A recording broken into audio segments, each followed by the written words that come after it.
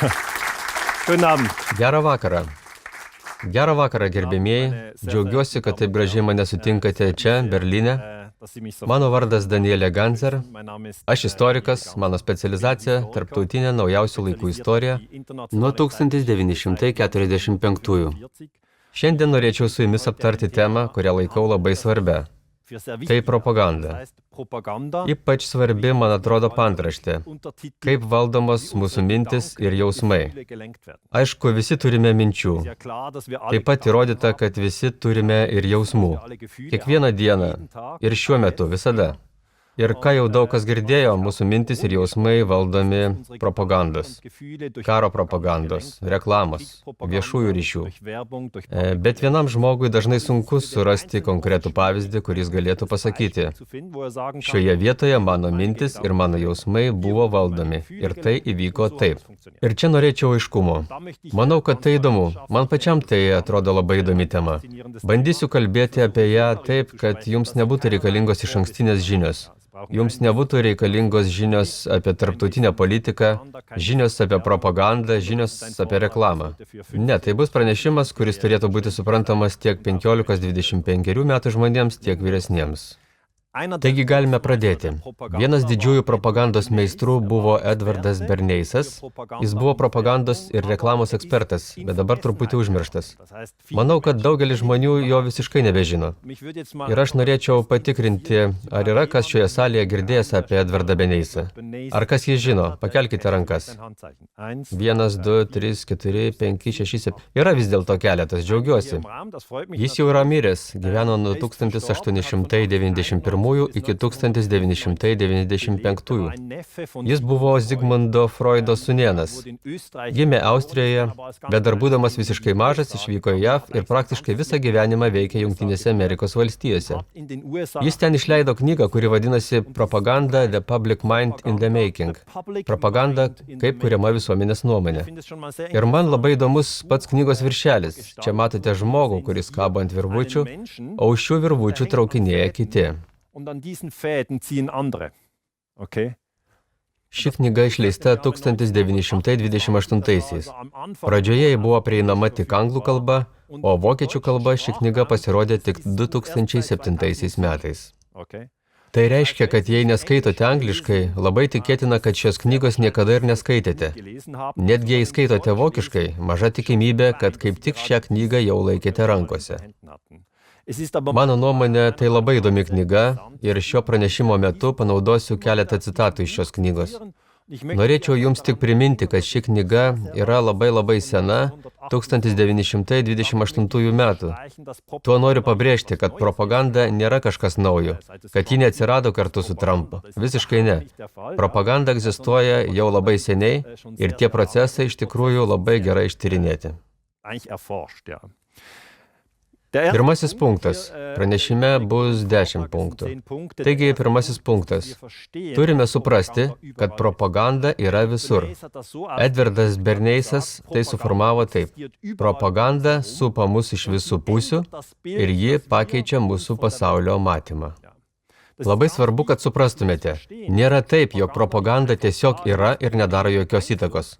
Supraskite, kad propaganda jūs veikia ir veikia per jūsų akis ir per jūsų ausis. Ji neveikia per jūsų kelius. Tai svarbu. Tai jūsų akis ir jūsų ausis. Per jas patenka propaganda. Per akis kaip judantis vaizdas, tekstas ar kadras, o per ausis kaip muzika ar kalbantis tekstas. Yra tik šie du kanalai – akis ir ausis. Pažvelkime į realybę ir pamatysime. Aplink mus labai daug propagandos ir labai daug reklamos. Čia New York Times Square. Aišku, ekstremali vieta, sakysite. Bet netgi jei tik trumpai žvilgtelėsite, jūs nesąmoningai atpažinsite keletą prekės ženklų. Tai vyksta nesąmoningai. Gali būti, kad net ir tada, kai tik užmesite akį, jūsų smegenys šią McDonald'so M raidę jau bus aktyviai pastebėjusios. O gali būti, kad kitas čia perskaitė koką. Gali būti. Tai, ką jūs pastebėsite, nebūtinai pastebėsite sąmoningai. Tai gali įvykti ir nesąmoningai. Ir aišku, ne tik New York yra reklamos. Yra ir čia, Berlyne. Mintis ta, kad reklama pritraukia jūsų dėmesį. Kiekvienai reklamai visų pirma reikalingas jūsų dėmesys. Bent jau jūsų akis ar jūsų ausis. Egzistuoja tam tikros varžybos dėl jūsų dėmesio. Ir galbūt pastebėjote, yra eismo ženklai, jie taip pat nori jūsų dėmesio. Bet šios varžybos nelygios. Tai ne mano pieštas paveikslas. Tai čia, Berlyne. Tai realybė. Aišku, galima būtų atlikti apklausą. Kas pastebėjo, kad čia nuo pirmadienio iki penktadienio tarp 6 ir 20 valandos galioja ši taisyklė? Niekas. O kas pastebėjo, kad čia pavaizduota moteris? Daugelis. Tai reiškia, vyksta kova dėl dėmesio. Ir aišku, rasime reklamos ir ant tramvajų. Štai Vokietijos kariuomenės reklama. Kaip perduodama žinia? Pasakoma, daryk tai, kas iš tikrųjų svarbu. Propagandoje nėra svarbu, ar tai tiesa. Svarbu, kad tai būtų pateikta kiek įmanoma daugiau vietų ir kad būtų kartojama dažnai. Tai du labai svarbus principai. Kai tai suprasite, kaip tai veikia mūsų galvose, kur turime apie 100 milijardų nervinių ląstelių ir kaip jos yra sujungiamos. Jos sujungiamos, kai kažką girdime vėl ir vėl. Yra pavyzdžiui toks sakinys, pasakysiu jo pradžią, jūs mintise jį užbaikite. Praktiški žmonės renkasi.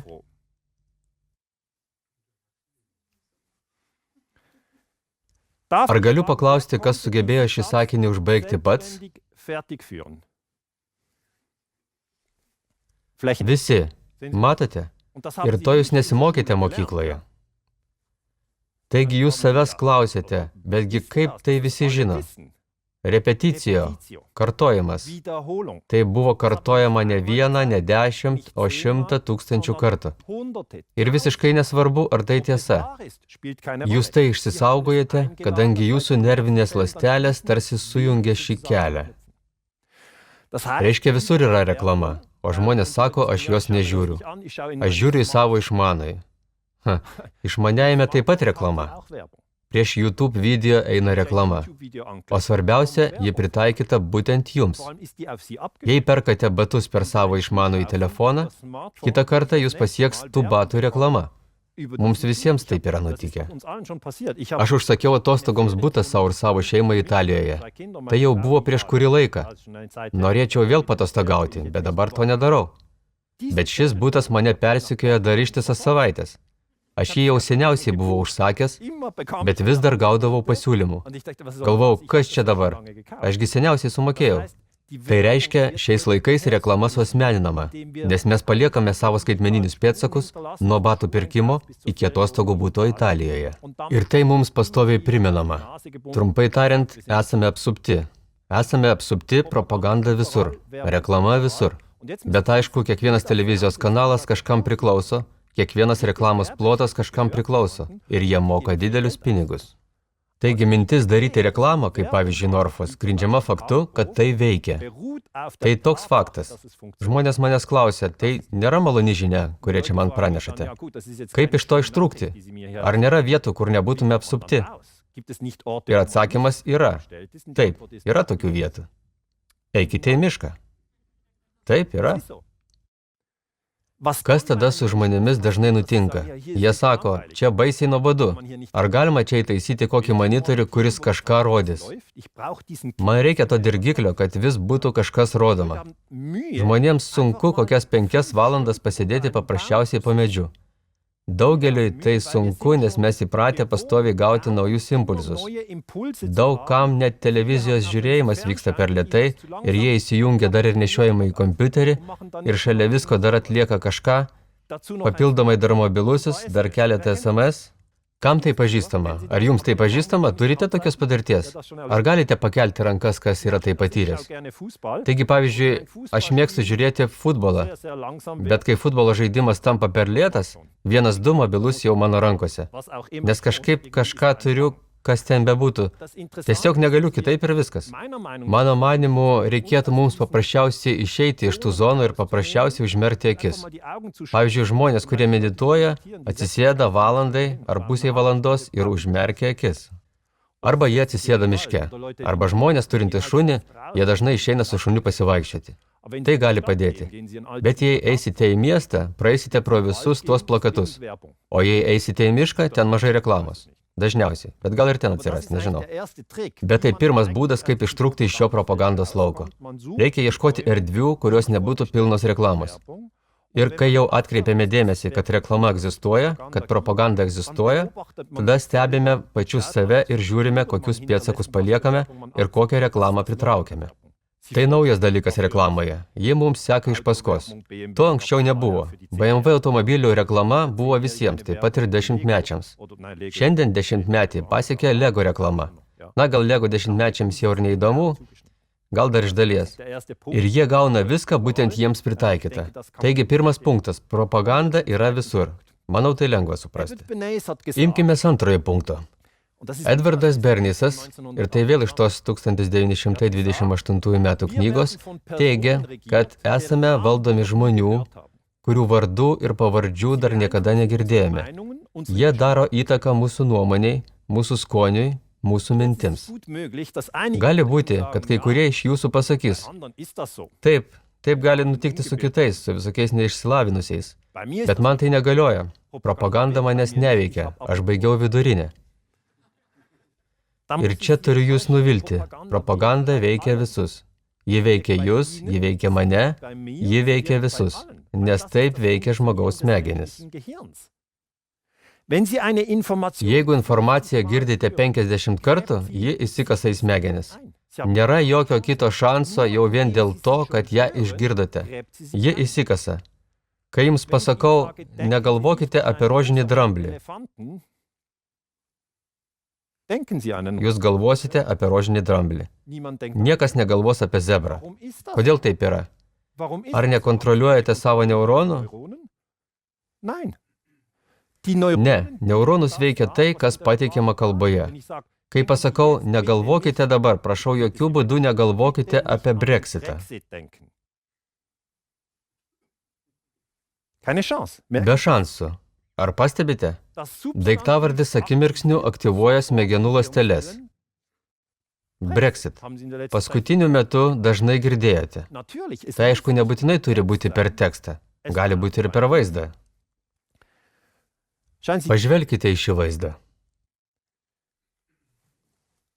Štai matote automobilį BMW.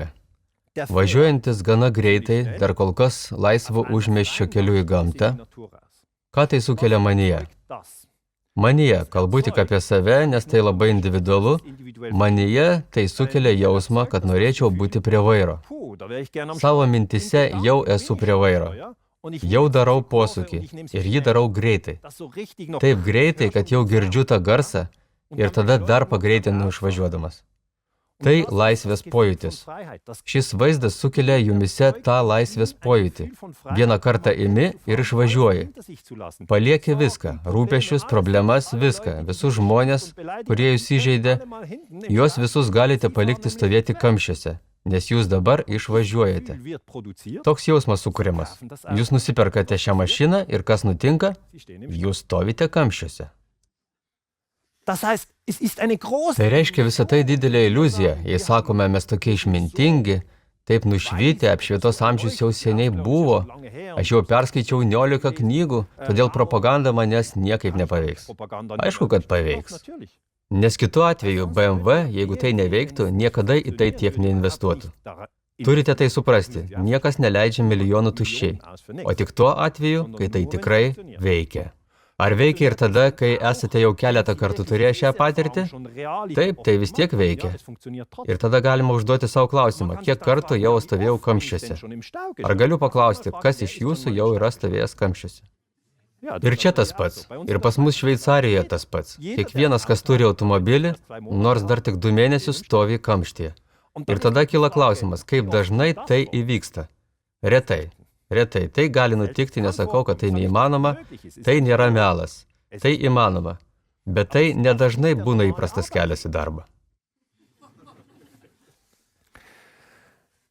Šis reikalas vyksta jau seniai.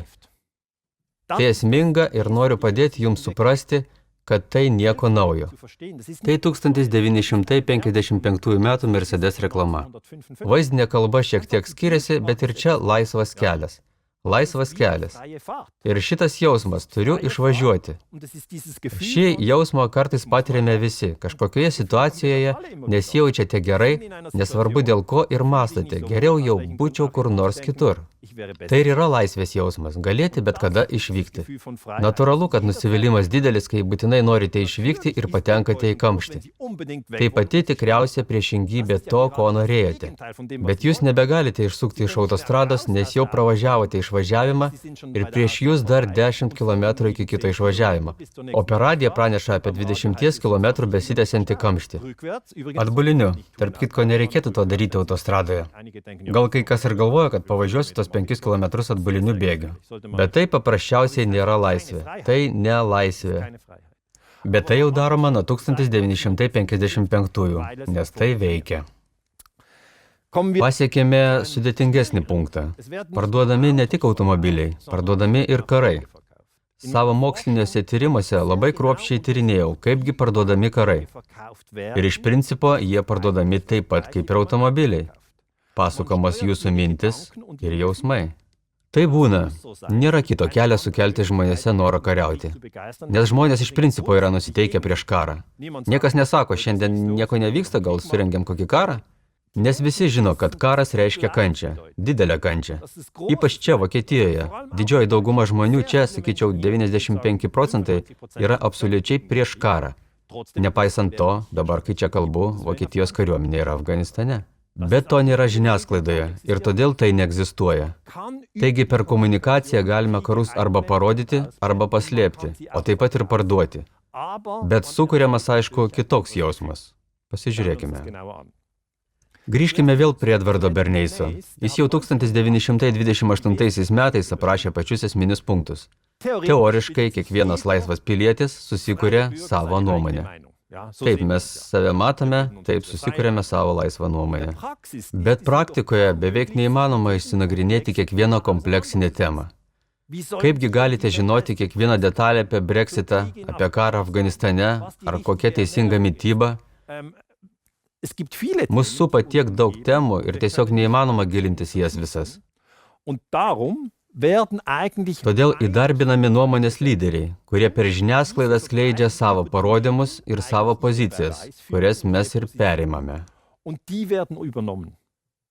Iš tikrųjų viskas taip ir vyksta. Kai pavyzdžiui, kalbame apie 2003 metų karą Irake, žmonės neturi nuomonės.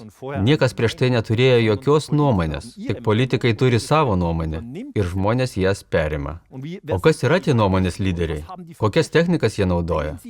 Ar jie pateikia tą laisvo kelio vaizdą? Ne, jie pateikia kitus vaizdus. Tai antrakso, juodligės bakterijos. Čia neatsiranda tokį jausmą, kaip šitų ir aš norėčiau turėti namuose. Žmogui tai sukelia tokį difuzinį jausmą.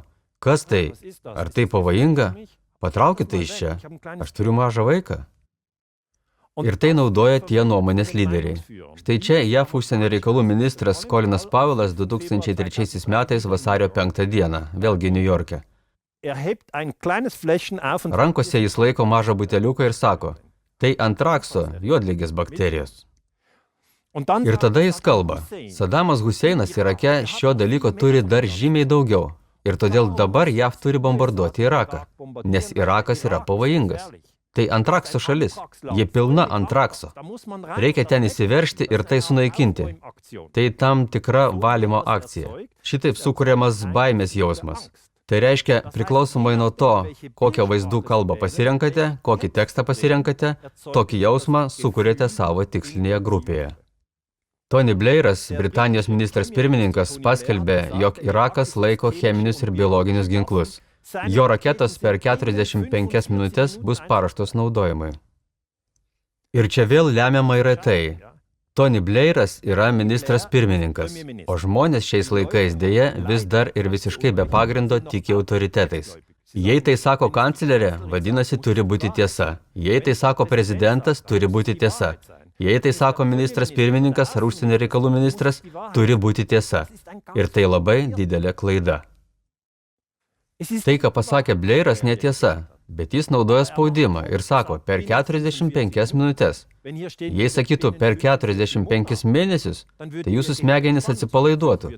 Jūs galvotumėt, 45 mėnesiai, pirmą dar susitiksiu su draugais, pažaisim šiandien biliardą, o tada žiūrėsim toliau. Bet kai pasakome per 45 minutės čia smogs raketos, o jos neša cheminius ginklus, tuomet jūs susijaudinat. O šį jaudulį sukuria nuomonės lyderiai, kurie kreipiasi į jūs per žiniasklaidą ir įsiveržia į jūs per jūsų ausis ir akis. Bet jei nieko nematote ir nieko negirdite, tai jūsų niekaip nepalies. Jokių šansų. Jei negalite girdėti, tai nieko neišgirsite apie Blairą. Jei nematote, tai nepamatysite jo ir per televiziją. Taigi turite šios du kanalus, akis ir ausis, to niekada nepamirškite. Lygiai taip pat baimės jausmą sukėlė ir Dickas Čeinis. Jis sako, nėra jokių abejonių, kad Sadamas Huseinas turi masinio naikinimo ginklų. Tai vyko 2002 rugpjūčio mėnesį, o puolimas vyko jau 2003 kovo mėnesį. Irako karo pavyzdžių galime labai tiksliai parodyti, kaip toks kartojimas, kaip praktiški žmonės renkasi, kaip toks kartojimas naudojamas karui. Tai ištisai repetuojama, kartojama ne kartą, ne 2, o 100 kartų. Tuo pat metu pasitelkiami įvairūs nuomonės lyderiai, kurie išnešioja žinią. Suprantate? Ir tai sukelia milžiniškas pasiekmes. Čeinis melagis. Tai nebuvo tiesa. Nebuvo jokių masinio naikinimo ginklų. Ir Blairas melagis. Nebuvo jokių masinio naikinimo ginklų. O Colinas Powellas vėliau pripažino, jog ši kalba yra gėdingas puslapis jo karjeroje. Puiku, bet žuvo milijonas irakiečių. Noriu pasakyti, kad dimensija, kurią čia pasiekė karo propaganda, yra visai kito lygio, nei kai sprendžiate ar važinėti BMW, Mercedesu ar dviračiu. Karo propaganda visai kita dimensija, nes per žodžius, per mintis, per karo propagandą galų gale išjudinamas lėktuvnešis. Tokia reali pasiekmė. O ką mes sužinojome iš istorinių tyrimų, yra tai, kad tikslinė šalis Irakas puolama ginklais. Tai reiškia, ji bombarduojama, apšaudoma, ten žudoma, prievartaujama, kankinama, Abu Graibo kalėjimas. Prisimename tos vaizdus. Bet mūsų fronto pusė tai Europa, Šiaurės Amerika, tai NATO šalis. Šis frontas taip pat puolamas, bet čia puolama ne šautuvais, o vaizdais ir žodžiais. Šio fronto pusėje vyksta karas, nes šiame fronte reikalingas palaikymas. Žmonės turi siųsti į karą savo sūnus. Jie turi mokėti mokesčius, kad galima būtų finansuoti šį prietaisą. Nes kitaipgi nieko nevyks. Jei nebus sūnų ir nebus apmokėti lėktuvai, nebus ir karo. Neįmanoma. Kitaip tariant, daroma viskas, kad per karo propagandą mobilizuoti savo fronto pusę ir įtikinti, koks šis karas svarbus ir kad jį kariauti būtina. Pirmąją savigynos techniką jau jums paaiškinau. Eikite į mišką. Tai veikia. Esant informacijos pertekliui, bet kokio pobūdžio, eikite į mišką. Arba užsimerkite ir pamedituokite ant pagalvėlės. Tai padeda. Antroji technika, kurią norėčiau jums pateikti, kai norime apsiginti nuo šios propagandos, netikėkite aklai nuomonės lyderiais, ypač tokiais atvejais, kai raginama smurtauti. Tai labai svarbu. Taigi minties, kad čia politikas ir todėl reikia juo tikėti, atsisakykite. Tai nereiškia, kad visi politikai meluoja, ne tai noriu pasakyti. Bet gal prisimenate, kai Vokietija 1999 metais bombardavo Serbiją. Ir Vokietijos užsienio reikalų ministras Joška Fischeris paskelbė, Serbijoje veikia koncentracijos stovyklos. Tokiu būdu tikslinėje grupėje buvo sužadinta trauma, koncentracijos stovyklos. Tai Vokietijoje ne šiaip savo žodis, o milžiniškas nusikaltimas. Ir tada žmonės mąsto, tai būtina sustabdyti. Vėliau paaiškėjo, kad nebuvo jokių koncentracijos stovyklų Serbijoje. Taigi, kad suprastumėte, tai buvo prieš 20 metų. Ir tuomet Joška Fischeris ištarė šį teiginį. Aš buvau mokytas, daugiau niekada karo, bet taip pat išmokau daugiau niekada Aušvico. Tai labai geras propagandinis ėjimas, nes čia neuronai taip stipriai suklaidinami, kad žmonės savo tarė, taip, daugiau niekada karo. Tai vienas taip. Ir taip, niekada daugiau Aušvico. Tai dar vienas taip. Bet šį kartą reiškia taip karui, supratote? Tai netiesioginis taikymas į tikslą, tai aikido protui. Ir šito jis nesugalvoja šiaip savo greitųjų. O tai sutrikdė visos Vokietijos gyventojus. Šiandien jau galime parodyti, kaip viskas tai vyko. Galite įsidėmėti, nebuvo Serbijoje koncentracijos stovyklų. Jų tiesiog nebuvo. Jums pamelavo. Ką tai reiškia? Netikėkite aklai nuomonės lyderiais. Paprasčiausiai netikėkite. Pereikime prie kito punkto. Gvatemaloje 1954 metais įvyko pučas. Norėčiau trumpai panagrinėti šį pučą ir jums papasakoti, kaip tuomet buvo pavartota propaganda. Tais laikais Gvatemalos prezidentas buvo Arbenzas ir jis įvykdė žemės reformą. Kai vykdote žemės reformą, paimate didelius žemės plotus ir juos padalinate į mažesnius. Tokiu būdu daugybė bežemių ūkininkų gavo po gabalėlį žemės, iš kurios galėjo prasimaitinti. Iki tol didieji žemių plotai priklausė United Fruit, šiandien Čikita. Čikita, aišku, nebuvo suinteresuota šią reformą, prarado per tai savo pinigus.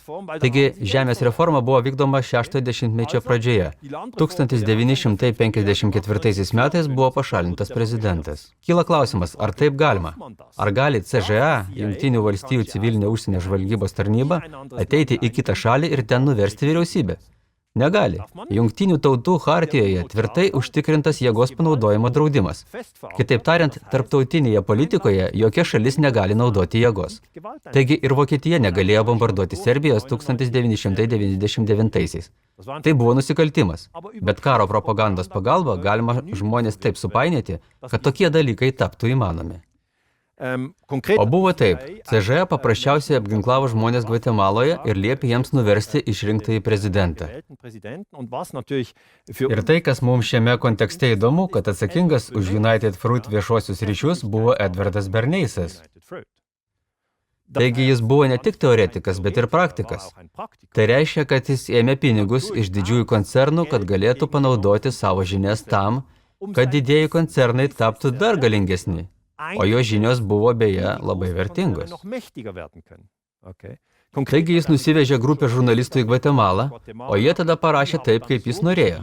Nes jis suvedė juos su tais žmonėmis, kurie papasakoja, kokia čia yra baisi situacija ir koks baisus mūsų prezidentas, ir kad jį reikėtų nuversti. Ir tuomet tie žurnalistai taip ir parašė. Edvardo Berneiso raštus skaitė tarp kitko ir nacistinėje Vokietijoje. Juos skaitė Josefas Gebelsas. Jis skaitė Berneiso raštus, o propaganda buvo išleista 1928-aisiais. Kita knyga yra Crystallizing Public Opinion, kas išvertus reiškia valdyti ir fokusuoti viešąją nuomonę.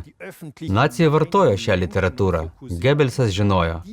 Kartą man žmogus pasakė, betgi ponia Ganzeri, Gebelsas yra miręs. Reiškia propagandos nebėra. Bet aš jums pasakysiu, Gebelsas turėjo tik radiją.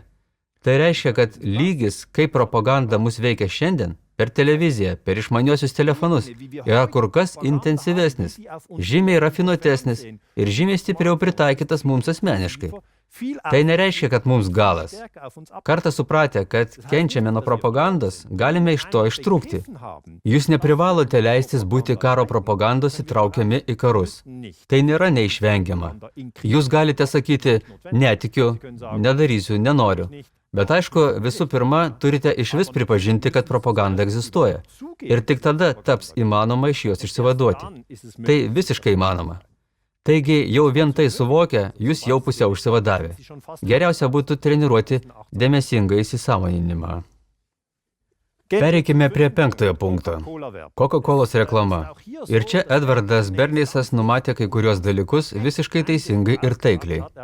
Jis sakė, kiekvienas žmogus kiekvieną dieną jaučia troškulį. De facto ir šiandien jūs ištroškę. Jūs šiandien jau gerėte, tai rodytas faktas. Jūs gersite rytoj, gersite ir poryt. Tai reiškia, kad esate nuostabūs klientai tų, kurie pardavinėja gėrimus. Ir teoriškai yra begalės produktų, kuriuos galėtumėte gerti. Bet pasirinkimas susiaurinamas ir iš to riboto kiekio jūs gersite tik kažkurį vieną gėrimą. Berneisas sako, pirkdamas kiekvienas žmogus teoriškai išsirenka geriausią ir pigiausią prekę. Taip yra aiškinama.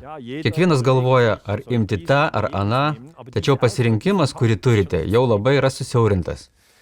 Bet praktikoje mūsų žvilgsnis propagandos pagalba nukreipiamas tik į susiaurintą minčių ar daiktų pasirinkimą. Štai čia ir esmė. Iš pradžių jūs galvojate apie tai, ką jūs rytoj gersite. Jūs jau dabar galvojate, ką gersite rytoj. Jūs žinote ką. Jūs negersite to, ko dar niekada negėrėte, o gersite tai, ką mėgstate. Aš nežinau, kas tai, bet kiekvienas žino pats ir jis norės gerti tą patį. Ir šioje vietoje įstoja propaganda. Ji nori jūs patraukti savo pusėn, kad jūsų mintis ir jausmai būtų taip pakreipti, kad rytoj gertumėte tą produktą, kurį jums siūlo prekiautojas. Kaip tai vyksta? Paimkime Coca-Colos reklamą. Ši reklama sukuria draugystės jausmą. Anksčiau pasakojau, kaip BMW reklama sukuria laisvės jausmą. O šiuo atveju tai draugystės jausmas. Tai labai stiprus jausmas, nes žmogus yra sociali būtybė. Mes visi esame socialios būtybės. Niekas nenorėtų išsikraustyti į mėnulį vien dėl to, kad nesutarė su kaimynais. Taip jau yra. Retkarčiais visi patirime nemalonumų su kitais žmonėmis. Žmonės vargina, bet be žmonių taip pat neįmanoma. Šioje vietoje, manau, sutiksite. Apie žmogų Aristotelis yra pasakęs. Žmogus tai zoon politikon. Šiaip mes mėgstame būti su kitais. Kad ir susierziname, bet vis tiek ieškome kitų draugijos. Kitaip sakant, šis draugystės poreikis mumise giliai įsišaknyjęs. Šis vaizdas sugestijuoja arba įteigia mums draugystę. Tai reiškia, kai tai matote, jūs matote gražią situaciją. Saulė leidžiasi, šis nuostabus vyras surado šią nuostabią moterį, o ši nuostabi moteris surado šį nuostabų vyrą. Tipiška win-win situacija. Ir čia įmontuojama kola. Čia galėtumėte įmontuoti bet ką. Tai galėtų būti ir mineralinis vanduo. Visiškai nesvarbu. Čia jausmas sukuriamas per draugystės pojūtį, suprantate? Ir tada mūsų galvose sukuriamas jausmas, sąryšis.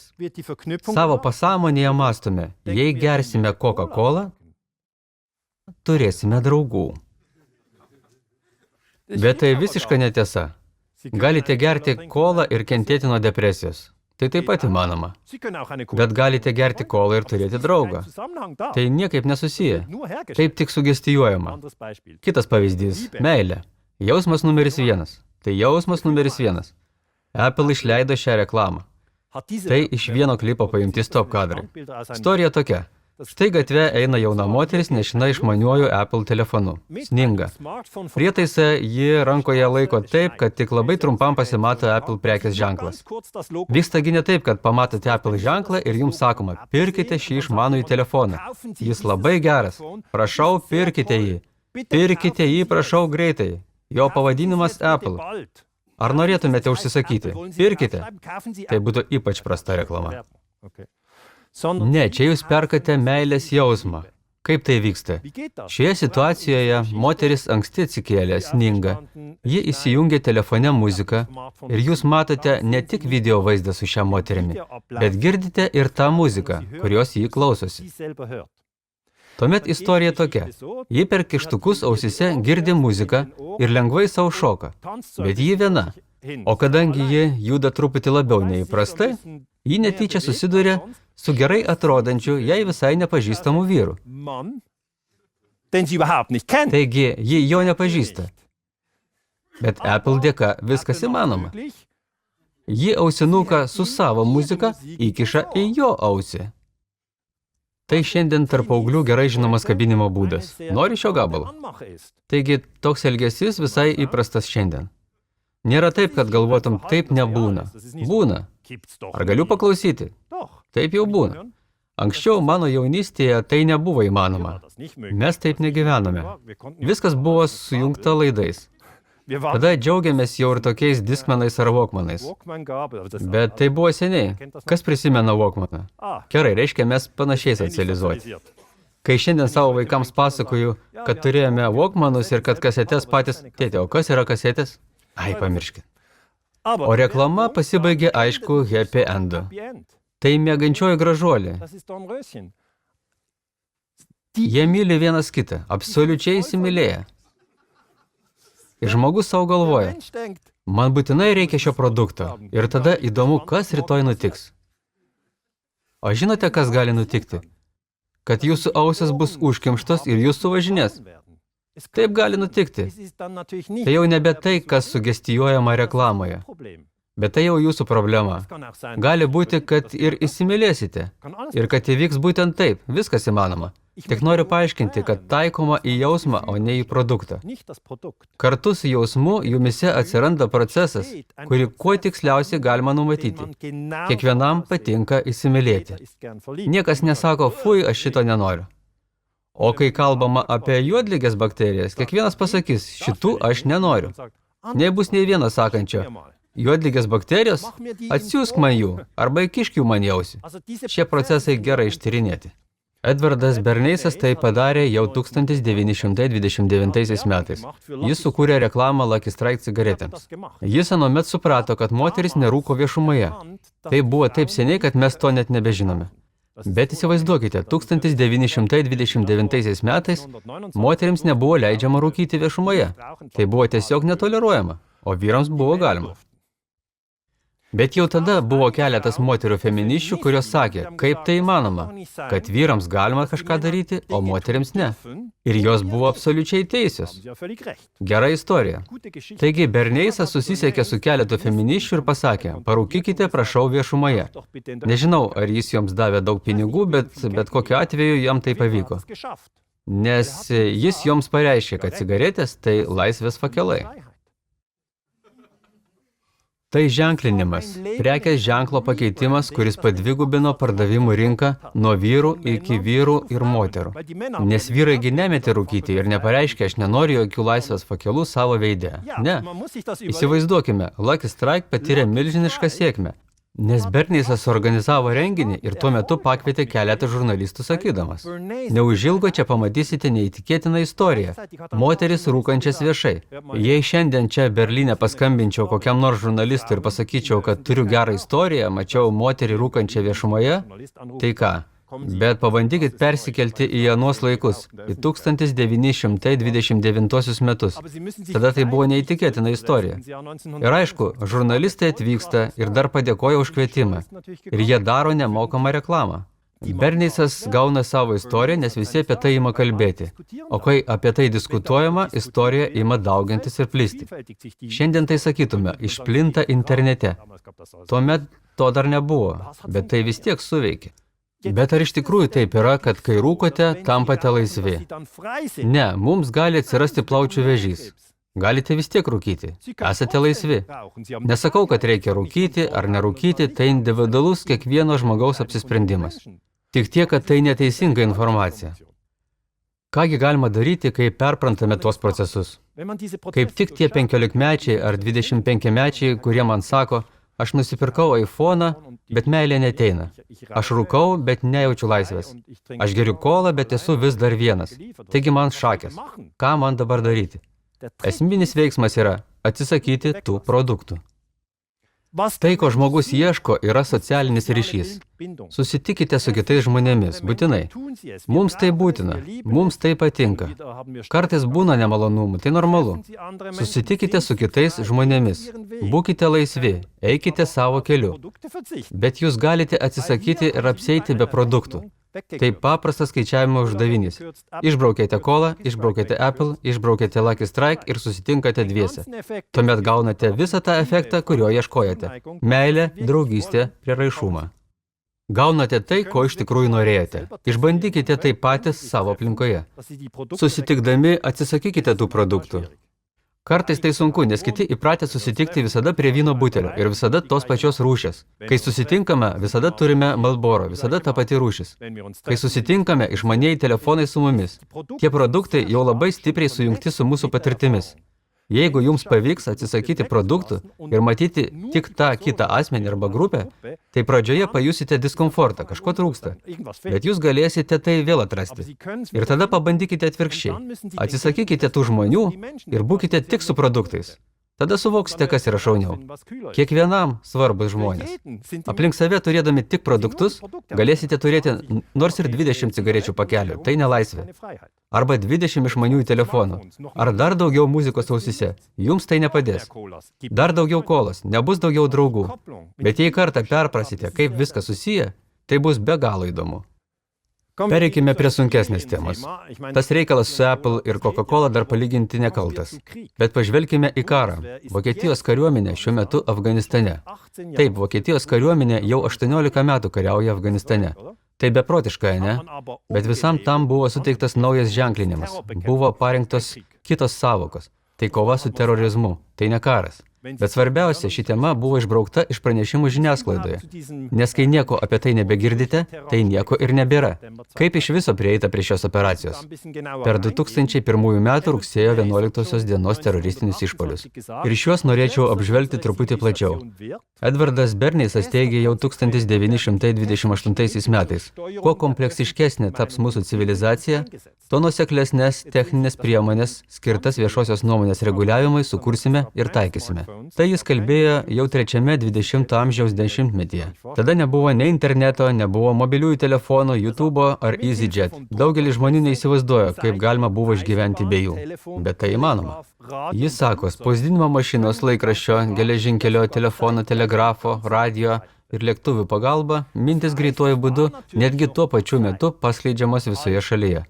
Tai buvo aišku tuo metu, kai mintis dar buvo spausdinamos ant popieriaus. Tada laikraščių skaitytojai tas pačias mintis priimdavo vienu metu. Ir tai jau masės fenomenas. Tuomet visi galvoja tą patį. Įsivaizduokite, kiekvienas laikraščių skaitytojas atsiverčia namie laikraštį ir perskaito tą patį tekstą. Jo galvoje redakcijos mintis. Už 5 gatvių kito laikraščio skaitytojo galvoje tas pats. Taigi pirmą kartą tapo įmanoma visus žmonės vienu metu pakreipti tam tikrą kryptimi. Ir kai žmonės susitikę darbe kažką aptarė, jie visi tos pačios nuomonės. Jie skaito tą patį laikraštį. Dėmesio. Jei skaito skirtingus laikraščius, tuomet kartais kyla didesnės diskusijos. Aišku, pirmą reikia tai išspausdinti, surinkti šriftą. Štai čia matote šrifto surinkėją. Šitą norėjau parodyti jaunesniesiems esantiems tarp mūsų, nes jie jau nebežino, kas tai yra spausdinti laikraščiai. Jų jau nebelieka. Dabar turime tik appsus. Bet su appsais tas pats, tik jų diapazonas daug didesnis. Jie veikia žymiai greičiau. Vėliau atsirado dar ir televizija. Pirmoji viešai rodoma televizijos produkcija buvo 1953 metais karalienės Elžbietos II karūnavimas Londone. Karalienė Elžbieta dar ir šiandien gyva. Pati tikriausia nuolatinė transliacija. Ir dalykas tas, reikia prisiminti, kad kai Edvardas Berneisas rašė savo knygą, tuomet dar nebuvo jokios televizijos. Tik 1953 metais pasirodė pirmoji pasaulyje nespalvota transliuojama laida. Savaime suprantama, didžiausia ir ko gero įspūdingiausia televizijos istorijos akimirka įvyko 2001 metais. Tai rugsėjo 11-osios teroristinis išpuolis, kuris tuomet sukėlė karą prieš Afganistaną. Iš ko sprendžiame, kad tai stiprus išgyvenimas? Nes dauguma žmonių dar šiandien prisimena, kur jie tuo metu buvo. Ar galiu trumpai paklausti, kas iš jūsų prisimenate, kur tiksliai buvote 2001 metų rugsėjo 11? Tai turėjo būti stiprus įvykis, kai kurie gal dar per jauni ir negali prisiminti. Bet jei tuo metu dalyvavote, tai tada beveik neįmanoma, kad tos vietos neprisimintumėte. Nes įspaudas be galo stiprus. 9/11 visiems paliko gilų įspaudą. Tai nežinojimas, tai jau visai kas kita. Stiprus įspaudas ar pėdsakas dar nereiškia, kad kažką supratote, o tik tai, kad patyrėte stiprų įspūdį. Po rugsėjo 11-osios buvo iš karto panaudota tokia kalba, kuri vėl lėmė karą. Ir už viso to stovi, aišku, ekspertai. Elizabeth Welling parašė knygą pavadinimu Politinis freimingas ar rėminimas. Jis sako, po rugsėjo 11-osios išpuolio tuometinis prezidentas Džordžas Bušas, neprabėgus nei kelioms valandoms, kalbėjo jau ne apie mirusiosius, o apie kritusiosius. Sakysite, tai tik detalė? Ne, tai įrėminimas arba freimingas. Framing reiškia, kaip valdomos mintis. Framing anglų kalboje reiškia rėmus. galima ištempti rėmą, kuriame juda mintis. Kaip ir žaidžiant biliardą, biliardo rutuliai turi judėti tik tam tikrame plote. Nebent esate labai prastas žaidėjas ir lazda pradursite dangą. Tada rutulys gali iškristi arba ištrūkti. Bet šiaip jūsų mintis yra kaip tie biliardo rutuliai ir diktuoja jas iš tikrųjų nuomonės lyderiai. Šiuo atveju prezidentas Bušas, kuris tarp kitko yra melagis. Jis padiktavo, kad dabar kalbame apie kritusiosius, o kritusieji tokie pat negyvi kaip ir žuvę, bet galvoje patalpinamas papildomas rėmas. Jie buvo nužudyti kare. Kitaip sakant, tie kiti visą tai pradėjo. Mes esame kare. Ir Afganistanas jau tęsinys. Bušas turėjo labai gerus patarėjus, o ji aiškiai yra freimingo arba įrėminimo ekspertė. Vėliau rašė ir RD, pirmajam Vokietijos televizijos kanalui. Šiais laikais konservatyvios idėjų kalvės, kaip kad The Heritage Foundation, skiria milijonus dolerių rėmų kūrimui. Taigi dar kartą, freimai arba rėmai yra minčių erdvė, kuri sukuriama ir kurioje jūs atsidurėte. Jūs pasakysite, ne, manęs tai neveikia, aš baigiau vidurinę. Ne, tai veikia visus. Tai veikia ir jūs. Kai vietoj žuvusio sakoma kritęs, tai veikia. Ir tai veikia taip greitai, kad jūs to net nepastebite. Grįžkime prie teroristinio išpolio įvykusio rugsėjo 11-ąją. Aš šią temą daug tyrinėjau ir pastebėjau štai ką. Didžioji dauguma žmonių per televiziją matė 2 bokštus ir 2 lėktuvus, kurie skrenda į tuos bokštus. Tokia ši rugsėjo 11-osios istorija paprastam televizijos žiūrovui. Bet faktas, kad sugriuvo ir už jų stovėjęs 3. pasaulio prekybos centro 7. pastatas, į kurį nepataikė joks lėktuvas. Kitaip sakant, jei bokštų griūties priežastis buvo lėktuvai, kodėl tada griuvo dar ir 3. bokštas? Kaip jau sakiau, 3. pastatas nebuvo kliudomas lėktuvo. Kyla klausimas, ar jis sugriuvo iš simpatijos, taip sakant, sinchroniškai? Tai klausimas, kurį kiekvienas savo turėtų užduoti, esantis tam tikrame prabudimo procese, kas liečia propagandą. Tada reikia savęs paklausti, ar pastebėjau tuomet, kad buvo 3 pastatai? Kada aš tai pastebėjau? O kai tai pastebėjau, ką tai manyje sužadino? Ar aš toliau gilinausi? Ar daugiau nebesigilinau? Ar aptariau tai su kitais? Ką tai sukėlė? Noriu pasakyti, visi šie procesai be galo įdomus. Štai čia matote, kaip griūva tas pastatas. Aš pradėjau ieškoti vaizdų, kaip atrodė tas pastatas, kai jis buvo dar statomas. O jis atrodė taip. Tai plieno griaučių konstrukcija. Ir ši konstrukcija, jeigu galiu grįžti atgal, pereina į laisvąjį kritimą. Tai 2 sekundės laisvojo kritimo. Bet galiu jūs užtikrinti, to plieno griaučių konstrukcijos pastatai įprastai nedaro. Tai aišku sukuria žmonėse intensyvius jausmus.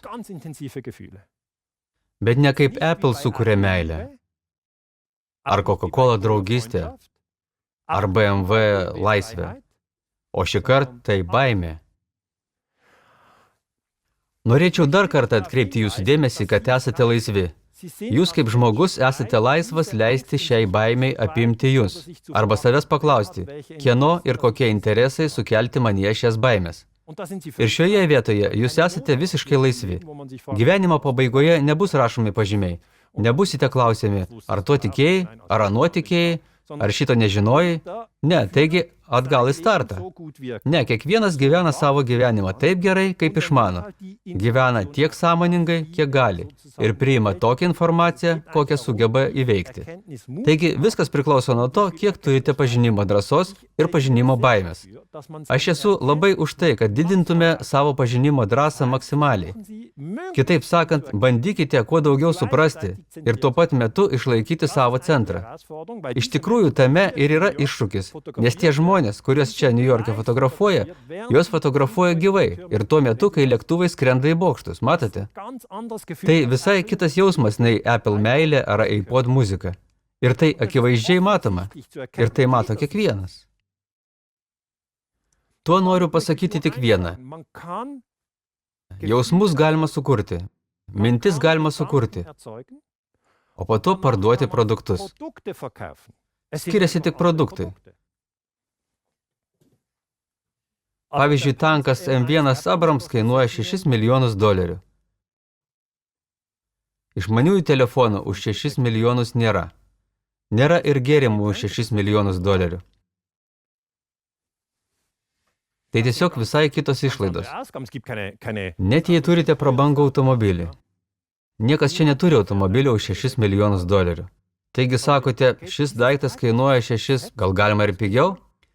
6 milijonai. Tokia kaina. Ir tada lieka klausimas. Ar rugsėjo 11 yra agresyvus gynybos pramonės marketingas? Šis klausimas išlieka. Aš jums į jį atsakyti negaliu. Galite bandyti svarstyti. Ne, nemanau, kad reklamuojami gynybos pramonės produktai. Arba jūs mąstate, taip, galiu tai įsivaizduoti. Kažkasgi turi pirkti tos daiktus. Kas siūloma dar? Yra dar Boeing Globemaster, bet jis kainuoja 350 milijonų. Ar kas nors iš jūsų turite tokį? Su šituo galite gabenti ištisas armijas kartu su tankais. Bet tai kainuoja. Kas už tai moka? Valstybė. O iš kur valstybė gauna pinigų? Iš jūsų. Esate girdėję apie mokesčius? Tai jūsų pinigai. Ir šiuo metu jie leidžiami vėjais. Taip pat ir šiandien jūs mokate mokesčius. Nuolat. Anglai sako, nothing is guaranteed in life, but death and taxes. Išvertus, niekas gyvenime negarantuota, išskyrus mirtį ir mokesčius. Taip yra. Iš šių mokesčių pinklių nebeištruksite. Negalite pasakyti, mokesčiai, nenoriu jų mokėti. Su mokesčiais baigta. Jūs mokėsite mokesčius. Galite būti tikri. Aš moku mokesčius, kiekvienas moka mokesčius. Jokių šansų. O kasgi nutinka su tais pinigais? Jie patenka į biudžetą. Dalis biudžeto atitenka kariuomeniai. Nusiperkamas tai lėktuvas, tai tankas. Kažkur įrengiama karinė bazė. Vokietija šiuo metu išleidžia 40 milijardų per metus. Karo pramoniai. Norima padidinti iki 60 milijardų. Ar girdėjote kalbant, kad Vokietijoje kilo 20 milijardų ginklavimosi beprotybė? Ne? Ir vėl įrėminama. Vokietija turi pasiekti 2 procentų BVP tikslą, kurį uždavė NATO. 2 procentai BVP, tai dalis bendrojo vidaus produkto. Ir tai vėl rėmai. Žmonės galvoja, 2 procentai. Tiekgi galima sumokėti. Ir tada lyginama su latviais ar graikais ar kitomis mažomis ekonomikomis, kurios jau pasiekė tuos 2 procentus BVP. Ir tada sakoma, Vokietija šioje vietoje nesolidari. Kiti jau seniai pasiekė tikslą, bet jūsų ekonomika pasaulyje 4. pagal dydį. Plus 2 procentai iš jūsų BVP reiškia 20 milijardų. Nebent patirsite recesiją. O šito jūs nenorite. Kitaip tariant, šiais pinigais žaidžiama jūsų galvoje. Grįžkime prie Edvardo Bernieso. Ar kol kas viskas aišku? Tebesite čia, viskas gerai? Puiku. Šis suvokimas vyksta palaipsniui. Kai suvokiame dalykus ir pamatome, aha, taigi šitaip viskas vyksta. Mane asmeniškai tai džiugina, kai suvokiu, tai štai kaip tai veikia. Nes ir aš pats to anksčiau nesupratau. Ir buvau lyg transe ir staiga, kaip kas galva šaltų vandenį apipiltų. Prabundi ir sakai, ei, žmonės, gerai jūs čia mane suvystyt. Taip, būtent toks jausmas. Ir kada tai patyriau? Tiesą sakant, tada, kai pradėjau lyginti Edvardo Bernieso tekstus su savo istoriniais tyrimais. Jis sako, kiekvienas susiduria su visiškai tokia pačia spauda, kaip ir milijonai jo bendrapiliečių. Galite tai išversti taip, visi žiūri to paties pagrindinio televizijos kanalo žinias. Ne visi, aišku, bet visgi daugelis. Visi gauna tokį patį įspaudą, nes kai girdite tą patį, ten nuomonės lyderiai jums kažką pasakoja ir jūs tai perimate, o jumise susikuria struktūros. Todėl savarankiško mąstymo pasiekiama gana retai. Taip jis kalba 1928 metais. Taigi toks ir yra taikos judėjimo ar žmonių, kurie kaip ir aš dirba švietėjišką darbą, tikslas. Tikslas tokių žmonių kaip Raineris Mausfeldas, Michaelis Liudė, mūsų yra daug, kurie bando įvesti aiškumo ir skatinti savarankišką mąstymą. Bet įspaudas stiprus. Čia matote konkretų pavyzdį. Tai vaizdas iš 1962 metų. Tada dar nebuvo išmaniųjų telefonų. Čia parduodami laikraščiai Kubos krizės metu. O šiuose laikraščiuose rašoma, rusai Kuboje dislokavo branduolines raketas. Reiškia, žmonės, perskaitę tai, galvoja, nieko sau, rusas tiesiog pastato raketas Kuboje. O tai gali būti linksma. Kaip jis tai drįsta? Man tai labai asmeniškas patyrimas, nes pats patekau į šiuos pastus. Buvau Bazelio universiteto studentas, studijavau istoriją ir rašiau kursinį darbą apie Kubos krizę. Tuomet sužinojau, taip, rusai iš tikrųjų dislokavo raketas Kuboje, tai tiesa. Tai ne feikas, šis vaizdas tikras. Tada pagalvojau, oho, tas Chruščiovas, tai neįtikėtina. Ima ir dislokuoja raketas. Tai jau beveik trečiasis pasaulinis karas. Jei dabar ims ir žengs amerikiečiai ir abi pusės su atominėmis bombomis, tai tikrai galas. O Chruščiovo tikslas buvo pastiprinti Fidelį Castro, Kubos vadą. Čia dešinėje čia Guevara, nes 1961 metais jau kartą įvyko CŽA organizuota invazija Kiaulės įlankoje. Ir toliau galvojau, bet vis tiek, tai jau pernelik stipru, kad rusai dislokuoja šias atominės raketas taip arti JAV. Taigi aišku, kad amerikiečiai jaučiasi provokuojami. Ir tada aš, man buvo tuomet 25 metai, neturėjau jokio plano, kaip ir daugelis to amžiaus jaunuolių. Bet vis vien jautiesi viską supratęs ir taip nuo 15. Ir tada perskaičiau dokumentus apie Kenedžio pokalbius su savo artimiausių patarėjų grupe. Štai čia šis dažnai minimas U2, turiuomeninė muzikos grupė. Tai didelime aukštyje veikiantis lėktuvas ir jis daro šias nuotraukas. Tos nuotraukos patenka pas prezidentą. Jis sukviečia savo svarbiausius patarėjus į Baltuosius rūmus. Jie visi susigrūda į vieną limuziną, kad neatkreiptų kitų dėmesio. Įsivaizduokite, jei 10 limuzinų privažiuotų prie Baltųjų rūmų. Ir tada jie slapta apžiūrėjo šias nuotraukas. Tuomet Kenedis tarė, tai netikėtina, ką tas Chruščiovas čia daro, tas Sovietų sąjungos lyderis. Tai didžiulė kiaulystė. Tai jau beveik tas pats, kas mes savo branduolines raketas dislokuotume Turkijoje. Ir tada vienas saugumo patarėjas jam atsako, ir tai originalus tekstas. Pone prezidente, kaip tik tai mes ir padarėme. Jau 1959 metais JAV pastatė savo Jupiterio raketas Turkijoje. Tai lygiai tą patį amerikiečiai padarė prieš 3 metus. Bet dėmesio, to aišku nebuvo laikraščiuose. Ir tai yra rėmai. Tai ir yra propaganda. Ir tada, rašydamas savo darbą Bazelio universitete, perskaičiau 10, 15, 20, 25 knygas tą pačią temą. Turėjau metus laiko, to paprastai neturime, bet mes, istorikai, galime ilgai tyrinėti vieną temą. Ir tada staiga jį išsisprendžia. Kažkada pradžioje galvojau, taip, tie rusai, blogieji rusai, o tada, oho, amerikiečiai Turkijoje, taigi tas pats. Taigi tai Turkijos krizė. Kodėl nėra tokios Turkijos krizės? Ir tada čia viršuje pradeda suktis. Tai jūsų neuronai juda. Čia ir yra esmė. Kai pats tai išgyveni, tai taip greitai nebepamiršti. Kitas pavyzdys. Čia galime sakyti, šaltasis karas. Tai buvo anksčiau, šiandien to nebėra. Yra. Ir triukas visada tas pats. Paimate laiko linijos gabaliuką ir jį iškerpate. Ir pranešate tik apie antrąją dalį. Ukraina. Ukraina 2014. Maidane įvyko pučas. Snaiperiai šaudė į minią ir nušovė policininkų ir demonstrantų. Tai vedė į chaosą. Mes tai vadiname įtampos strategija. Aš specializuojuosi slaptojo karo srityje, man tai yra pažįstama. Žinau, kas tai yra. Pats to neužsiimu, bet tik tyrinėjau. Ir aš aiškinu žmonėms, kad įmanoma šalį panardinti į chaosą, nužudant tuo pačiu metu ir demonstrantų, ir policininkų. Ir po to įvyko pučas. Mano manimu, tai amerikiečių pučas Ukrainoje tam, kad įtraukti Ukrainą į NATO. Po pučio, kuris įvyko 2014 metų vasario 20 dieną, Kryme tuo pačiu metu kovo 16 dieną buvo surengtas balsavimas. Ir tuomet Krymas nusprendė, kad nori prisijungti prie Rusijos. Tai vakarų žiniasklaidoje ir ypač čia Vokietijoje buvo pateikta visiškai neteisingai, nes pučas buvo iškirptas. Apie jį nebuvo pranešama taip, kaip nebuvo pranešama ir apie Jupiterio raketas Turkijoje. Sakoma, vieną rytą Putinas pabudo ir tiesiog pasisavino Krymą. Taip kaip 1990 metais Sadamas Huseinas įžengė į Kuveitą. To nebuvo, bet žiniasklaida pranešė taip. Stabdykite Putiną. Ir čia turime tą efektą, kai užteksta daug galvų. Jūsų smegenyse įvyksta toks dalykas. Jūs galvojate, visi tuo tiki. Galima parašyti bet ką. Galite rašyti, sustabdykite Trumpą, arba visi turi tapti veganais, bet ką. Efektas toks, kad jums atrodo, kad visi taip galvoja. Tai yra rėmai. Per pirmąją Vokietijos TV programą buvo rodoma ir sakoma, Putinas pasirūpino, kad karas mūsų pasaulio pusėje taptų vėl įsivaizduojamas. Jis nebe partneris, jis priešas. Ir tai praneša nuomonės lyderis per žinias.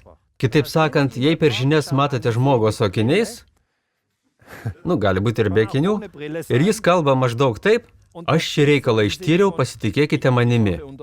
Tada ženkite žingsnį atgal ir tarkite. Tai tik viena galimybė, kurią galima matyti. Bet yra dar ir daugybė kitų. Turime išmokti, šitie žmonės nėra mūsų tėvai. Net ir prezidentai nėra mūsų tėvai, kurie mums su meile aiškina, koks yra pasaulis. Tai yra žmonės turintys interesų. Ir jei jais aklai seksime, galų gale sulauksime kito karo tarp Vokietijos ir Rusijos, nes vyksta paprasčiausias kurstimas. Ir to neturėtumėte, jokių būdų neturėtumėte remti. Tai netarnauja jūsų interesams, kad kiltų kitas karas tarp Vokietijos ir Rusijos. Taip jau buvo.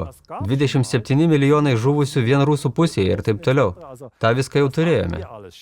Todėl dabar ir yra tas momentas, kai turime ištrūkti iš šios propagandos. Ukraina 2014. Visi tą matėme. Galite savęs paklausti, ar aš girdėjau apie tą pučą? Ar skaičiau? Kuo tikėjau? Ką supratau? Ir buvo vienas geras vyrukas, kuris gerai išmanė šią sritį, dėja jau miręs, puikus žurnalistas Peteris Šolatūras, kuris pasakė, gyvename masės kvailinimo amžiuje, ypač žiniasklaidinio kvailinimo. Ir taip jis kalbėjo būtent apie pranešimus liečiančius Ukrainą. Jis sakė, tai visiška nesąmonė, kaip čia teigiama, kad Ukrainos problema atsirado dėl Putino kaltės. Nes tai buvo Amerikos prezidentas Obama, kuris mano manimu pradėjo perversmą. Bet apie jį nepranešama. Bet tuo pačiu metu jam suteikiama taikos Nobelio premija. O tai sukelia jūsų galvose sumaištį. Jūs nebegalite savo neuronų grąžinti į tą vietą, kur jie turėtų būti. Būtent tai, kad Obama yra karo nusikaltėlis. Perversmas tai Jungtinių tautų chartijos pažeidimas. Bet jums patiems tai nepavyks padaryti, nebent ateitų kanclerė ir pasakytų, klausykit, aš patikrinau, Obama yra karo nusikaltėlis. Jis surengė pučą Ukrainoje. Tada manau tikrai, kad visi pasakytų, Angela taip sakė, tai turi būti tiesa. Taigi, kam mums reikalingi lyderiai, kurie už mus galvotų? Mums to nereikia? Mums to nereikia. Kiekvienas iš mūsų tai gali padaryti pats. Klausimas tada vėl toks, gerai, aš supratau, kad žiniasklaidoje yra karo propagandos, bet kaip man ištrūkti iš šio reikalo? Mano patarimas, palyginkite pasakojimus. Supratote? Sulyginkite istorijas. Yra toks taip vadinamas medijų navigatorius. Čia matote 80 žiniasklaidos prekių ženklų. Galite jį parsisiųsti iš interneto. Čia kairėje pusėje turime, aišku, Spiegel, CDF, Bild, Süddeutsche Zeitung ir taip toliau. Tai labiau NATO draugiška žiniasklaida. Taigi, jeigu skaitysite šios pusės leidinius, jūsų įspūdis bus toks, kad tai Putino kaltė ar kad tai musulmonų kaltė. Iš tikrųjų, šioje pusėje tai visada Putinas ir musulmonai. Tai klasikinis NATO priešas. O čia dešinėje pusėje turime priešingą poziciją. Russia Today pozicija kitokia negu Spiegel Online. Ta labai greitai išsiaiškinsite, jei pavyzdžiui pažiūrėsite tokį pavyzdį kaip Venezuela. Tai šiuo metu labai įdomu, galite palyginti pranešimus. Aš nesakau, kad vieni visada teisūs, o kiti visada neteisūs. Noriu pasakyti, kad svarbu sugebėti atskirti. Rubicon labai vertinga, Ken FM labai vertinga, Nachdenkseiten, Infospiegel labai vertinga. Turime įdomių produktų, bet jūs turite palyginti istorijas. Nes kai ką nors palyginate, jūsų smegenys gali atsirinkti. Jei turite tik vieną istoriją, jūs neturite pasirinkimo. Tai pati laisvės esmė. Turite turėti dvi istorijas, kad galėtumėte paklausti. Pasaulio prekybos centras 7. Sprogdinimas ar ugnis? Tokia turi būti pradinė padėtis. O tada jau galite mąstyti, tyrinėti, ieškoti, dirbti toliau. Jei turite tik vieną istoriją, tai ne informacija, tai propaganda. Gerai, pereikime prie 8 punkto. Ar tebe esate čia? Ar dar norite? Nepavargote? Atsipalaiduokite truputį. Gal kiek pasijudinkite? Va taip, nes tai blokuoja energiją kūne. Turite tai žinoti, kad neištiktų mėšlungis. Bet liko jau nedaug. Einame prie 8 punkto. Noriu jums dar kartą paaiškinti taip vadinamą inkubatorių melą. Ir čia vėl buvo parduodamas karas, prieš tai sukeliant baimę tikslinėje grupėje. Kas ta tikslinė grupė? Tai jūs. Tai savas frontas. Berneisas pasakė, propaganda valdo masių dvasią, protą. Dvasia ir protas yra mąstymas. Viskas, ką jūs galvojate, yra dvasia, protas, dvasia. Protas turi įvairių apibrėžimų. Aš, pavyzdžiui, studijavau humanitarinius arba vokiškai taip vadinamus dvasios mokslus. Apie savokas dvasia ir protas yra daug kalbama, bet grubiai tariant, tai jūsų mąstymas. Masių dvasia ar protas panašių būdų, kaip ir militaristinė vadovavimo jėga, fiziškai priverčia paklusti kareivius. Manipuliuojamųjų skaičius didelis. Būtent tai matau ir savo tyrimuose. Įmanoma valdyti milijonų dvasią ir protus. Pasakysite, ne, neįmanoma. Mes visi išsilavinę, mes siekiame laisvės, mes kritiški, mes mąstome, mes kalbame, mes turime 15 ar 30 apsų, kaip tai įmanoma? Įmanoma. Kaip? Nuolat kartojant ir stipriai ištisai bombarduojant žinutę. Turite tikėti lyderiais. Nedrįskite galvoti patys. Nedrįskite galvoti patys. Tai jau prilygsta beveik dideliai nuodėmiai. Aš pats tarnavau šveicarų kariuomenėje. Šveicarijoje turime privalomą karo tarnybą. Aš jį atlikau ir tiesiog prisimenu, jog fizinis kūnas yra pavaldus karininkui. Jei karininkas pasako gult, tai ir atsigulate. Gal ne iš pirmo karto, nes atvykote ką tik iš mokyklos, o mokykloje visada buvo laikoma kieta elgtis kitaip. Ir tai turėjo mažai pasekmių. O kariuomenė, jeigu neatsigulsite, išgirsite. Eilinį ganzer, kodėl negulite? O aš prieš. Nebusite ilgai prieš, nes paprasčiausiai dar valysite aikštelę, kai kiti jau seniai bus laisvi. Tada galvosite, nesąmonė, kad aš čia visą laiką turiu šluoti. Kitą kartą vėl. Vis tiek stovėsiu, man nusispjauti. Gult. Ir tada 50 žmonių krenta ant pilvo. Vienas dar stovi. Ir dar vienas. Jam irgi atrodo kieta. Griežtas areštas. Savaitgalį nevažiuoju namo. Visi kiti dar pamoja. Ate, pasimato su merginomis, o aš kalėjime. Kariuomenė tiesiog įkalina. Ar tai teisinga? Jiems tai leidžiama. Noriu pasakyti, tas momentas, kai surinkama gult ir tu atsiguli, neišvengiamai ateis. Jis sako persirengti ir tu bėgi į viršų, persirengi kitais treningais ir vėl nusileidi žemyn. Tai beprotiška, bet įmanoma. Ir fizinėme lygmenyje mes tai lengvai suvokime. Ką mums sunku suprasti, tai lygiai tą patį įmanoma padaryti ir su jūsų mintimis. Jei dabar pasakyčiau, praktiški žmonės renkasi ir bats, reikalai pajudėjo. Net nieko nematant, visi sėdime, ramu, bet tai veikia. Ir jis sako, propaganda valdo mąstymą, dvasią, protą, lygiai taip pat kaip kariuomenėje išmuštruojamas ir valdomas fizinis kūnas. Konkretus pavyzdys. 1990 metais Sadamas Huseinas įžengė į Kuveitą. Ir tada Amerikos prezidentas Bušas vyresnysis, tarp kitko mano manimų karo nusikaltėlis, jau miręs, tarė, turime vykti į Kuveitą ir jį išvaduoti. Sadamas Huseinas, taip pat karo nusikaltėlis, įsiveržė į Kuveitą. Kodėl tai karo nusikaltimas? Todėl, kad jokia šalis negali įsiveržti į kitą šalį. Tai jungtinių tautų draudimas naudoti jėgą. Bet tai nerašoma laikraščiuose. Jei to ten nėra, niekas ir neaktyvuojama. Tada amerikiečiai pasakė, ne, ten tikriausiai vėl viskas tik dėl naftos. Prie ko čia aš? Kodėl turėčiau žūti dėl naftos? Dėl naftos nieks nenori eiti karą. Reikia geresnės istorijos, o geresnė istorija kare visada ta pati. Mes gerieji, o jie blogieji. Kaip šią istoriją įdėti galvas? Pradžioje reikia pakeisti temą. Nebe nafta, o kūdikiai. Kūdikiai labai tinkami karo propagandos kurstymui. Jums sukelia specifinius jausmus. Kodėl tai taip gerai veikia? Nes visi kažkada buvome kūdikiais. Tai empiriškai įrodyta. Visi čia esantis kažkada buvo maži. Sunku įsivaizduoti, ar ne? Dabar visi dideli, bet pradžia buvo tokia. Tai patys pažeidžiamiausi visuomenės nariai. Istorija buvo tokia. Sadamo Huseino kariai, esą, tariamoji nuosaka, įžygiavo į Kuveitą, tada tiesiai į ligoninę, o joje tiesiai pas kūdikius, ėmė juos iš inkubatorių, mėtė į grindis ir taip juos žudė. Tai vaikų žudymas. Vaikų žudymas nei vieno nepalieka abejingo. Iškart kyla jausmas, reikia stabdyti šį barbariškumą. Ir kasgi šią istoriją papasakojo? Viena jauna mergina. Ji ją pasakojo verkdama. Žmoguje tai sukelia pykčio jausmą. Ji pasakojo, dirbau ligoninėje sesele. Savo akimis mačiau šį vaikų žudymą. Jeigu tuo metu pasakytumėte, gal galite parodyti savo asmens dokumentą? Nuo kada dirbate sesele Kuveite? Tada visi aplink jūs pažvelgia pasipiktinę tartų, kur jūsų empatija? O gali ir nepasisekti, ir būsite vietai sušaudyti, arba mažiausiai diskriminuojami. Taigi, jei būsite sąmoningi ir suklusite, ar tai tikrai tiesa? Ar gali tai būti? Kur įrodymai? Turėsite didelių problemų, nes visi kiti tuo metu jaus pykti. O jei esate grupėje, kur jaučia pykti, tai tuo metu jūsų pozicija kita. Aleliuja. Tai labai panašu kaip futbole. Lemiamas įvartis 90-oje minutėje. Visi baisiausiai nusiminė, o jūs sakote, koks skirtumas? Tai tik žaidimas. Ši istorija buvo išplatinta per televiziją 1990 metais, jau gana seniai. Amerikos prezidentas pasakojo, jog kūdikiai buvo išplėšti iš inkubatorių. Ir čia vėl ta pati taisyklė. Tai kartoja asmenys, kuriuos daug kas gerbė. Aš to visai nesuprantu.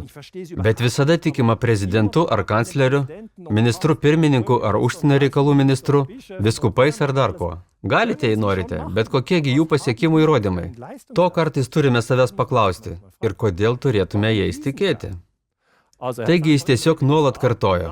Ir kai Amerikos žmonės jau buvo, taip sakant, paruošti karui, jei jam buvo pasiruošę, tada jau galima buvo įsiveržti į Iraką, ir jie tai padarė.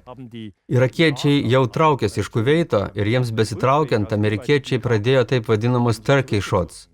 Jie besitraukiančią Sadamą Huseino armiją paprasčiausiai ištrynė. Jie tai vadina turkey shots, išvertus kalakutų šaudymai. Ir Irako karius gulinčius apkasuose smėlyje tiesiog gyvus užkasė. Paprasčiausiai buldozeriu, o tos, kurie ištrūkdavo, nušaudavo. Taigi skerdynės. Ar tai ką nors domino? Ne. Kodėl? Todėl, kad visa tai buvo įrėminta. Gerieji ir blogieji. Tai jau buvo atlikta. O jei kartais pasirodys, kad blogieji vis dėlto yra gerieji, galite daryti, ką norite. Stebėtina, nes ši istorija nebuvo tikra. Ši istorija nuo pradžios iki galo buvo išgalvota, paprasčiausias melas. Ši mergina niekada nedirbo šioje ligoninėje. Ji buvo Kuveito ambasadoriaus JAV dukra. O sukūrė visą tai reklamos agentūra. Biudžetas 1 milijonas. Kai sukūrėte istoriją, tada vyksta kaip su Lucky Strike. Ji pradeda plisti pati, nes žurnalistai vienas nuo kito nusirašinėja. Niekas neturi plano, taigi vienas nuo kito nusirašinėja. Kažkada ateis istorikai ir patikrins, bet mes dažniausiai pasirodome po 10-20 metų. Atsiprašau, kad taip ilgai užtrunkame, bet mes bent jau tikslus. Tuo metu, kai vyksta karo propaganda, mes negalime jos iššifruoti, nes tai neįmanoma. Bet praėjus maždaug 10 metų, istorikams jau reiškia gana greitai. Žmonės jau būna užsiėmę kitais reikalais, jau vaikosi kitų dalykų. Ir mes galime tik patarti, būkite atsargus, nes gali būti meluojama. O žmonės tada, ne, šį kartą labai svarbu, mestelkit bombą. Noriu pasakyti, kad kartą supratę šį procesą, minčių ir jausmų valdymo procesą, vieną kartą pripažinę, kad tai įmanoma, o ir tai įmanoma. Tai veikia mane, tai veikia tave, tai veikia jūs, jūsų draugus, jūsų tėvus, tai veikia pačius protingiausius draugus, ypač juos, nes jie dažnai būna pasimetę savo protose. Ir jie tada visi tiki viskuo, ką skaito. Taigi, jei tai pripažinsite, galite atverti duris ir sakyti, aš šito daugiau nebenoriu. Bet jei nepripažinsite, kad tai daroma ir kad tai veikia, negalėsite išeiti pro duris. Tada busite įkalinti. Pereikime prie visuomeninio transliuotojo framingo instrukcijos 2019. Kas apie tai yra girdėjęs? 1, 2, 3, daug kas. Gerai, pusė salės. Tiem, kas dar negirdėjo. ARD yra vedantysis televizijos kanalas čia Vokietijoje. Ir jis užsakė sukurti framingo instrukciją pas tokią moterį vardu Elizabeth Wehling. Aš jos nesu sutikęs. Ji kalbininkė, turi daktaro laipsnį ir labai gerai nusimano framingo srityje. Iš tikrųjų, šį framingo instrukciją turėjo likti paslaptyje, bet ji buvo paviešinta. Tai reiškia, kad gyvename tokiais laikais, kai daug kas atskleidžiama ir laikraštis Bild, kuris pats gana apgailėtinas, tada parašė, kas yra framingas, įrėminimas. Ir čia ta teksto dalis, kurią išskyriau. Tai sumanus tam tikrų žodžių ir kalbinių vaizdinių panaudojimas, turintis įtakoti mūsų nuomonę. ko laikraštis Bild, aišku, niekada nedarytų. Tai politikos ir reklamos priemonė. Kritikai tai vadina smegenų plovimu. Tai buvo atskleista 2019 m. vasario mėnesį, taigi tik prieš mėnesį. Jei esate budrus, atpažinsite sąvoką, apie kurią verta pagalvoti – smegenų plovimas. Kokiu tikslu namie plaunate ar skalbėte? Kad būtų švaru ar kad būtų purvina? Smegenų plovimas. Ar po to švaru ar purvina? Ar tai smegenų užteršimas ar smegenų plovimas? Ką iš tikrųjų reiškia smegenų plovimas? Ai, tai tik mažas pratimas, tiek to. Įrėminimo pavyzdys iš RD framingo instrukcijos.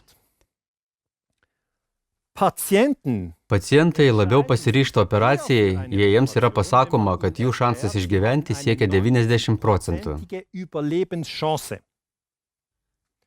Bet kaip jie apsisprendžia prieš operaciją, jei jiems pasakoma, kad jų rizika numirti yra 10%. Dar kartą. Tarkime, jums rytoj praneša sunkią diagnozę ir siūlo atlikti operaciją. Tai išbandymas kiekvienam žmogui. Stovite prieš gydytoją ir gydytojas jums sako, prisėskite. Jau suprantate, kad dabar tai bus. Atsisėdate ir jis sako, aš patariu jums atlikti šią operaciją. Jūsų išgyvenimo šansas siekia 90%. Jūs galvojate 90%? Tvarkoj, tas pats gydytojas jums pasako, jūsų rizika mirti yra 10%.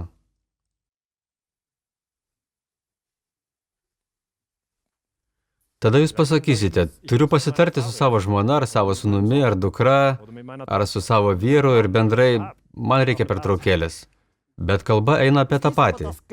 10% rizika, kad mirsite ir 90% šansas, kad gyvensite.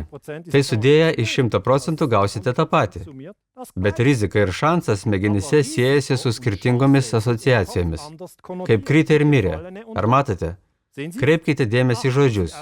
Gyvename apsupti kalbos. Ir negalvokite, ai manęs tai neveikia. Visi tie žaidimėliai, ta RD framingo instrukcija. Pone Vėling tai aprašė visiškai teisingai. Ji taip pat pasakė, melo spauda. O tai ir buvo RD užsakymas, kaip mums vėl išsivaduoti iš to melagingos spaudos reikalo. Ir tada Vėling pasakė, niekada, tikrai niekada nenaudokite savo priešininkų rėmų. Nesakykite, kad jums melo spaudos sąvoka atrodo netinkama, nes rėmų neigimas reiškia jų aktyvavimą.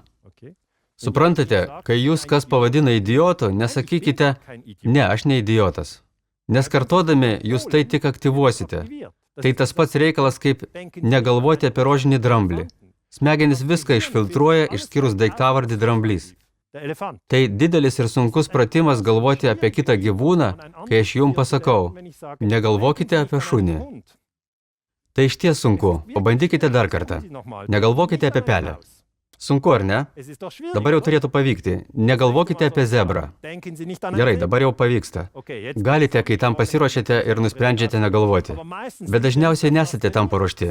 Jūs galvojate apie tai, ką sako kitas, ką girdite, kas vyksta per televiziją. Ir tuo metu visiškai nepastebite, kad tai ne jūsų mintis. Įdomu, kad tais pačiais metais, kai buvo pradėtas naudoti išsireiškimas melo spauda, jis tapo 2014 piktžodžiu. Ir Klasui Relocijusui buvo įteiktas žurnalisto apdovanojimas. Tai tas pats Špigel žurnalistas, kuris išsigalvojo kažkokias istorijas. Tai buvo neseniai atskleista. Taigi, jei ne dabar tas momentas pradėti galvoti apie propagandą, tai jo niekada daugiau ir nebus. Aiškiau ir akivaizdžiau nebebus nei jums, nei man. Kadangi ji rašė ARD užsakymų, tai sukūrė savokas, kaip nukariauti ARD priešininkus ar konkurentus, Pro7, RTL ir taip toliau. Ir tai visada tas pats triukas – nuvertinti. Tai visada tas pats triukas – nuvertinti. Ji patarė Pro7 vadinti kapitalistiniais medijų skėriais, o Sat1 komercinė žiniasklaida. Aš nesiimu spręsti, ar tai tiesa ar ne. Bet ji paprasčiausiai suprato, kad Vokietijoje vyksta kova dėl žmonių pasitikėjimo žiniasklaida. Jei ARD, pavyzdžiui, sako, mes esame už gėrį, už tiesą ir už grožį, o RTL tik komercinis kanalas, tai tada iš ponios Vėling perspektyvos galbūt tai galimybė įtikinti Vokietijos gyventojus, kad mokėti privalomą rinkliavą nacionaliniam transliuotojui yra nuostabus dalykas. Tai sudėtinga, aišku, nes kai kurie žmonės atsisako mokėti privalomą rinkliavą šiam transliuotojui. Šiuo atveju framing instrukcija siūlo nevartoti sąvokos atsisakymas įnešti įnašą, o vietoj to reikia sakyti piktybiškas vengimas mokėti rinkliavą.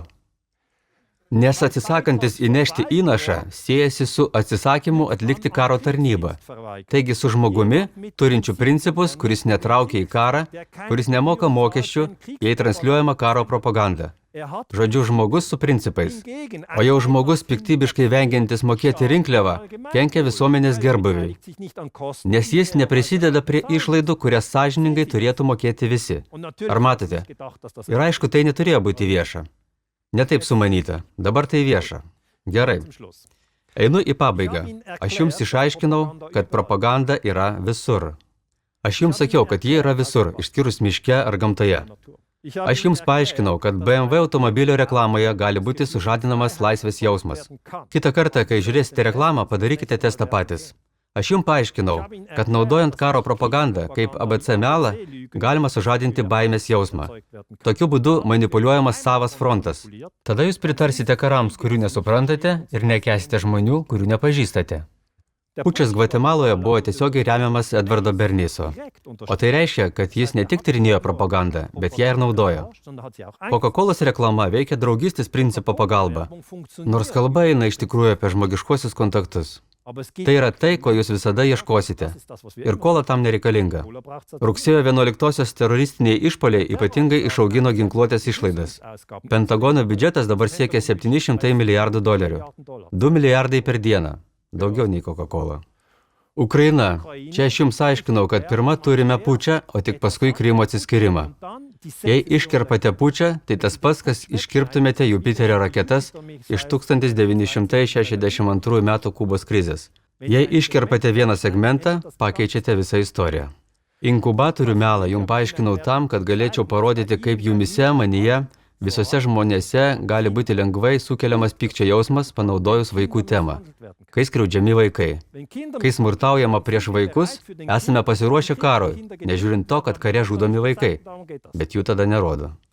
Apie ARD framingo instrukciją galiu tik pasakyti, dabar 2019 metai. Tai tęsis ir toliau. Rėmų naudojimas nesibaigs. Ir dar kartą, kaip iš to ištrūkti? Susikurkite pertraukas be skaitmeninių technologijų. Pabandykite apsieiti be išorinių impulsų ir susitelkti savyje. Vieni medituoja, užsimerkia, kiti labai atidžiai atsirenka, ką žiūrėti. Tik aukštos kokybės knygos, aukštos kokybės video įrašai, tik aukštos kokybės nesvarbu kas. Taigi tai, ką jau darome su maistu. Daug kas galvoja, kas į tai patenka. Tai netaip jau sunku, turite tik žiūrėti, kas patenka į burną. Tai jūsų langas, jūs jį kontroliuojate arba nekontroliuojate. O propagandos nedomina burna, ją domina akis ir ausis. Pavyzdys. Bufete renkatės maistą ir sakote, šito nevalgysiu ir šito ne, pasirinksiu šitą. Tai įmanoma. O su propaganda taip neįmanoma. Tik perskaitote, jau viduj. Tik išgirdote, jau viduj. Negalite nuspręsti, šitą paskaitysiu tik truputį, jau viduj. Taigi gana sudėtinga, bet mes kaip žmonija to išmoksime. O svarbiausia, neturėtume leisti skaldomi. Visose savo pranešimuose vis kartoju, mes esame viena žmonijos šeima. Tai reiškia, kiekvienas turi teisę gyventi, o gyvybė yra šventa. Tačiau karas ištisai pamina šį pagrindinį principą, nuolat. Karo propagandos efektas visada nuvertinti kitą, o paskui jį nužudyti. Vietnamo kare, kuris tarp kitko buvo pradėtas nuo melo apie Tonkino įlanką, vietnamiečius vadino termitais. Nuvertinti, nužudyti. Neleiskite šito. Būkite budrus ir visada sakykite, ir jis mūsų žmonijos šeimos narys. Tai nereiškia, kad jūs turite su juo kartu praleisti atostogas. Tai tik reiškia, kad jo teisė į gyvenimą tiek pat gerbiama kaip ir jūsų. Ir karo propaganda vis bando mus nuo to atitraukti. Kai kurie žmonės dabar sako, tai neškime tokius plakatus apie žmonijos šeimą į viešąją erdvę. Ir aišku, kad tai suveiktų. Mano Facebooko paskyroje vyko vadinamas sutelktinis minios finansavimas. Ir tai tikrai bus. Toks plakatas egzistuoja, nors mes, aišku, niekada neturėsime Apple pajėgumų.